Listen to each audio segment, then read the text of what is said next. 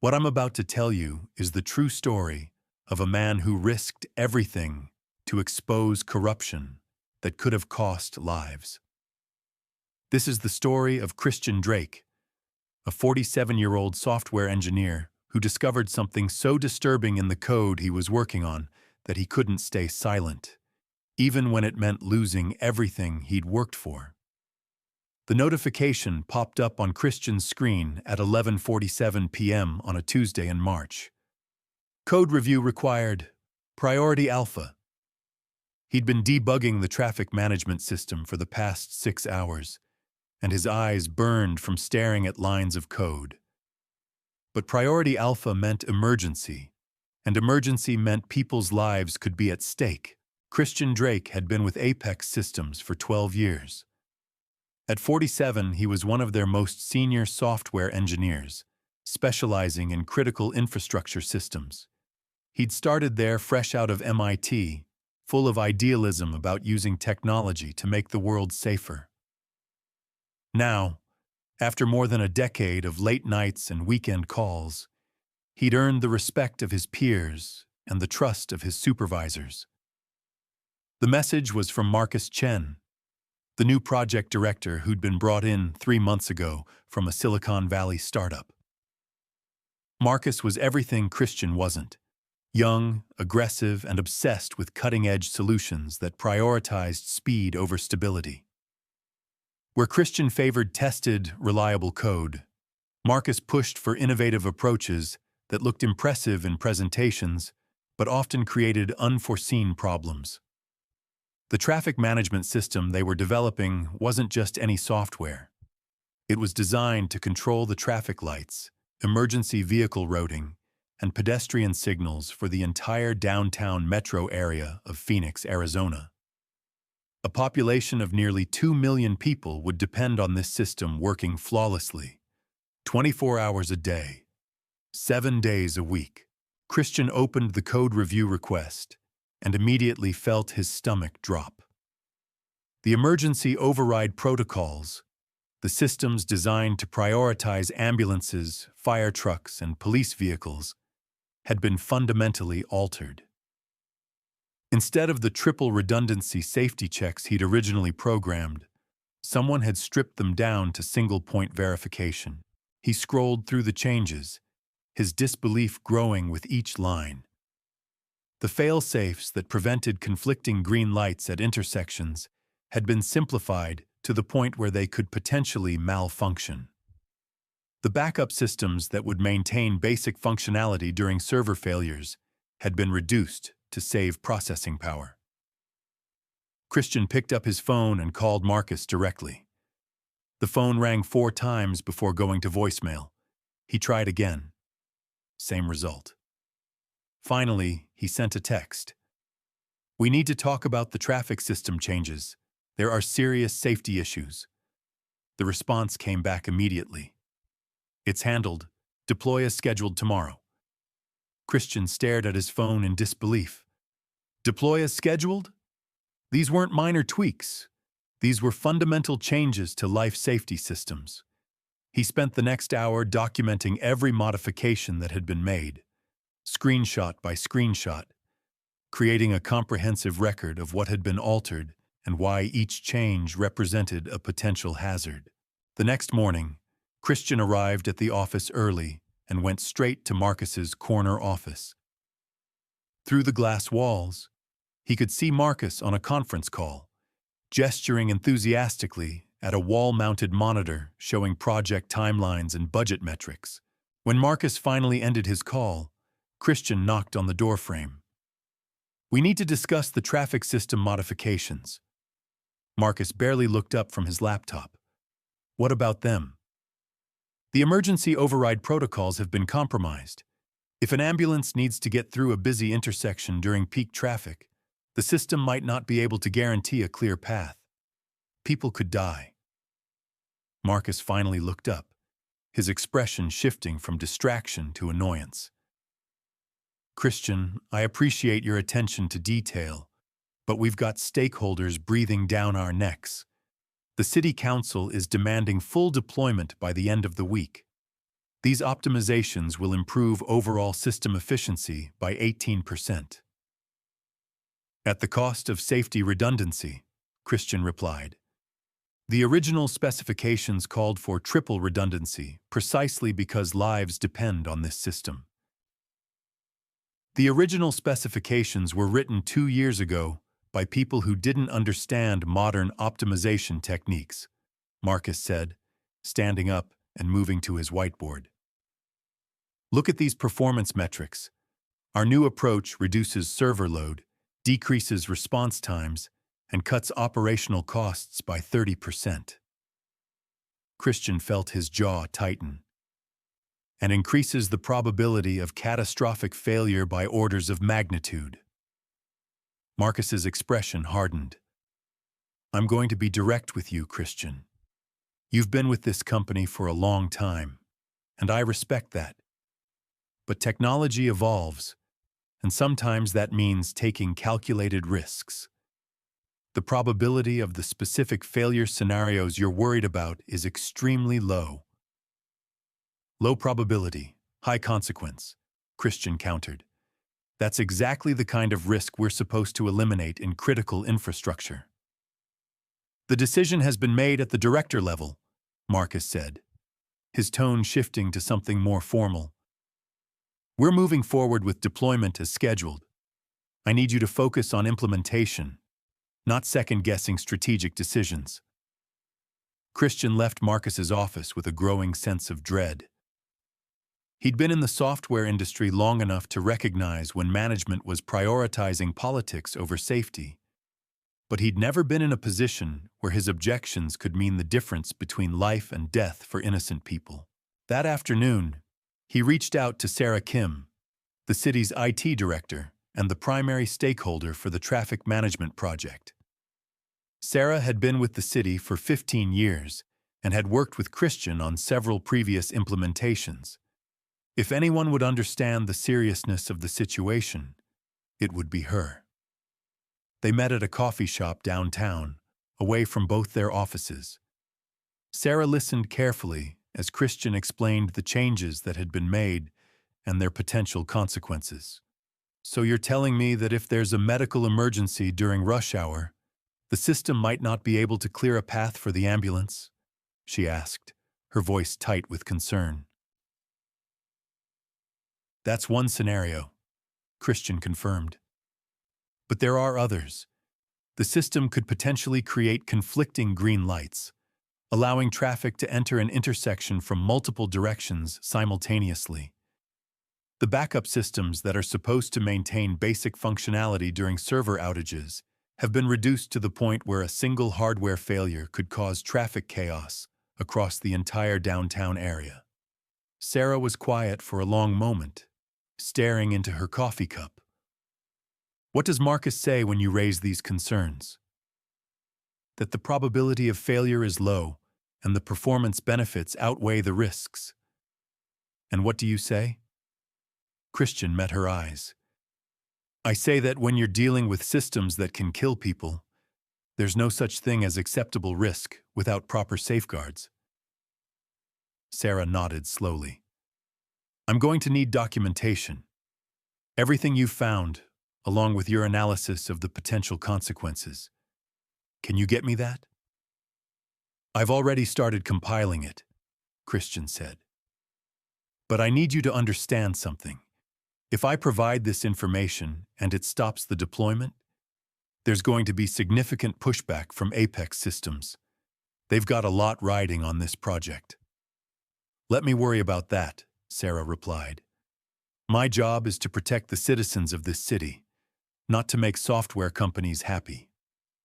That evening, Christian worked until nearly midnight, creating a comprehensive report that detailed every safety concern he'd identified. He included technical specifications, failure probability calculations, and real-world scenarios that illustrated the potential consequences of each vulnerability. The next morning, Sarah called him at home. I've reviewed your report, she said. I'm calling an emergency meeting with the City Council's Technology Committee. I need you to present your findings. Christian's heart rate spiked. Sarah, I need to be careful about how I handle this. I've got a family to support, and if Apex Systems decides I'm a problem employee, I understand, she said. But we're talking about public safety. The council needs to hear this from the person who discovered the problems. The meeting was scheduled for the following Monday.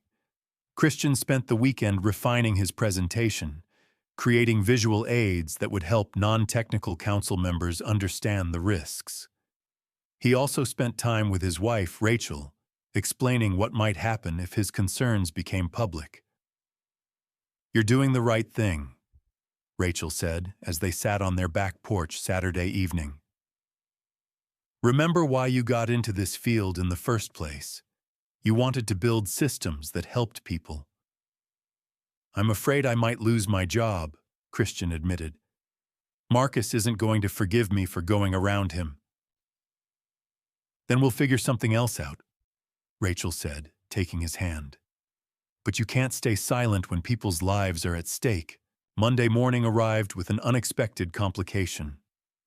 Christian's access to the traffic management system had been revoked. When he tried to log in, he got an error message directing him to contact his system administrator. He called Marcus immediately. "My access has been cut off. I can't review the code for the council presentation." "About that," Marcus said, his voice carefully neutral. "I've been thinking about your concerns, and I've decided to assign the project to a different team. You're being reassigned to the Municipal Database Modernization Project, effective immediately."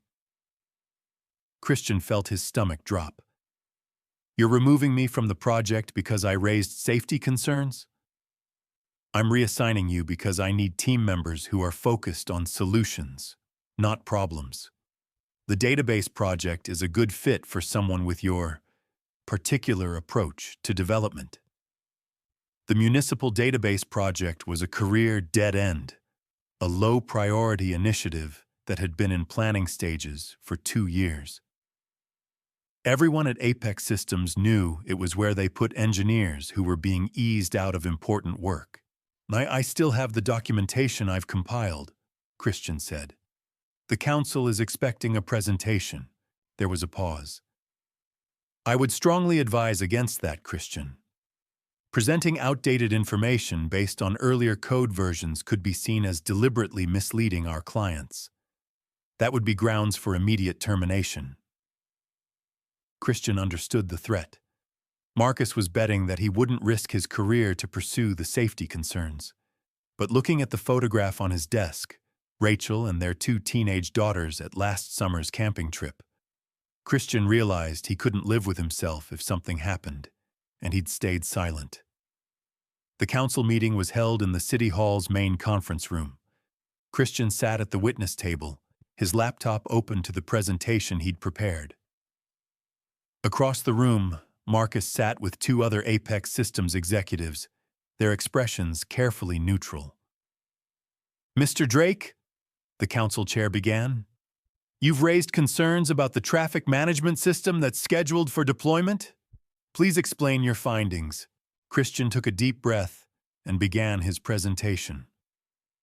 He walked through the technical details in language that the council members could understand, explaining how the safety redundancies had been removed and what that meant for emergency response times, traffic flow, and public safety.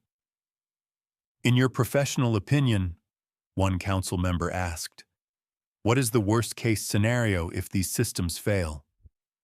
Christian paused, thinking about the families who might be affected. "A medical emergency during rush hour where an ambulance can't get through traffic. A fire truck delayed by system failures while a building burns. Multiple vehicles entering an intersection simultaneously because the fail-safes don't work properly." He met the council members' eyes. "People will die." Marcus requested permission to respond. "With respect to Mr. Drake's concerns, I think it's important to note that he's been removed from this project due to performance issues. His analysis is based on outdated code versions and reflects a fundamental misunderstanding of modern optimization techniques." Are you saying his technical analysis is incorrect? The council chair asked. Sixainis, I'm saying that his concerns have been reviewed by our senior engineering team and found to be based on worst-case scenarios that are statistically unlikely to occur. The council voted to postpone the deployment pending an independent technical review. Christian felt a moment of relief, but he knew the real battle was just beginning. The next morning, Christian arrived at work to find his desk cleared out and a security guard waiting for him.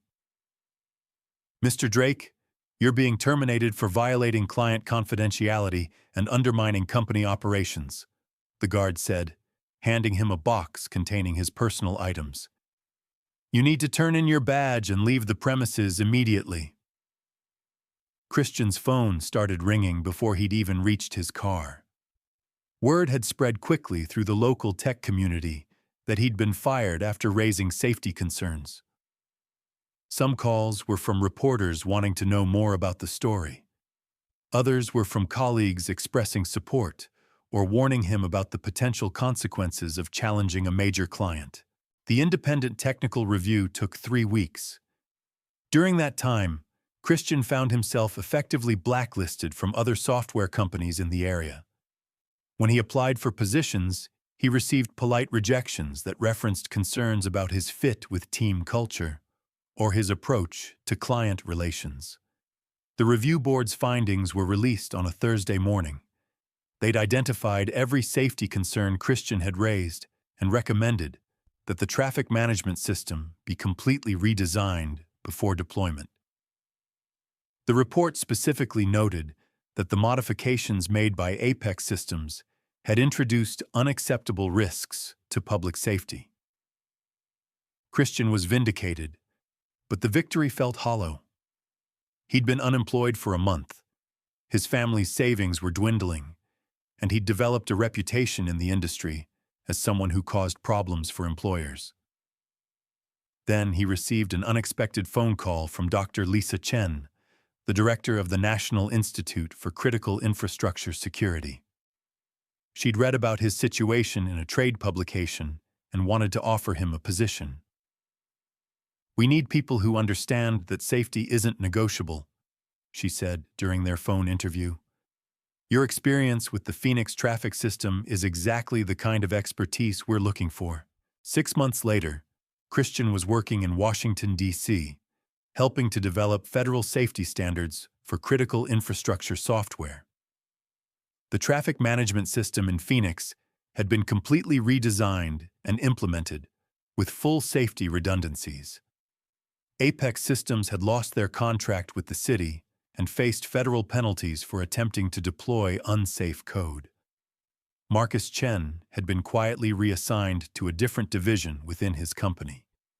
He never acknowledged Christian's concerns had been valid, but he also never worked on critical infrastructure projects again. Christian's new job involved traveling to cities across the country, reviewing critical software systems and helping local governments understand the importance of proper safety protocols. It was challenging work, but he felt like he was finally using his skills to protect people rather than just serve corporate interests. Do you ever regret speaking up? A colleague asked him during a conference in Denver. Christian thought about the question as he looked out at the city skyline. Somewhere down there, traffic lights were changing, emergency vehicles were responding to calls, and people were going about their daily lives, trusting that the systems they depended on would work properly. No, he said finally. Some things are more important than job security. The Phoenix traffic management system had been running flawlessly for 8 months. Emergency response times had improved, traffic flow was more efficient, and the redundant safety systems had prevented 3 potential accidents during system maintenance periods. Christian kept a news clipping about the successful implementation on his desk, not as a trophy, but as a reminder of why he'd chosen to do the right thing, even when it cost him everything he'd built. Sometimes, the most important victories are the disasters that never happen because someone was willing to speak up when it mattered most. And that's Christian Drake's story. A reminder that in our interconnected world, the people who build and maintain our critical systems have a responsibility that goes beyond corporate profits or career advancement. They have a duty to protect the lives of people they'll never meet, in situations they'll never see, from dangers they're uniquely qualified to prevent. If you found this story compelling, make sure to hit that subscribe button and let me know in the comments what you think about Christian's decision. Would you have risked your career to prevent a potential disaster? I'll see you in the next video.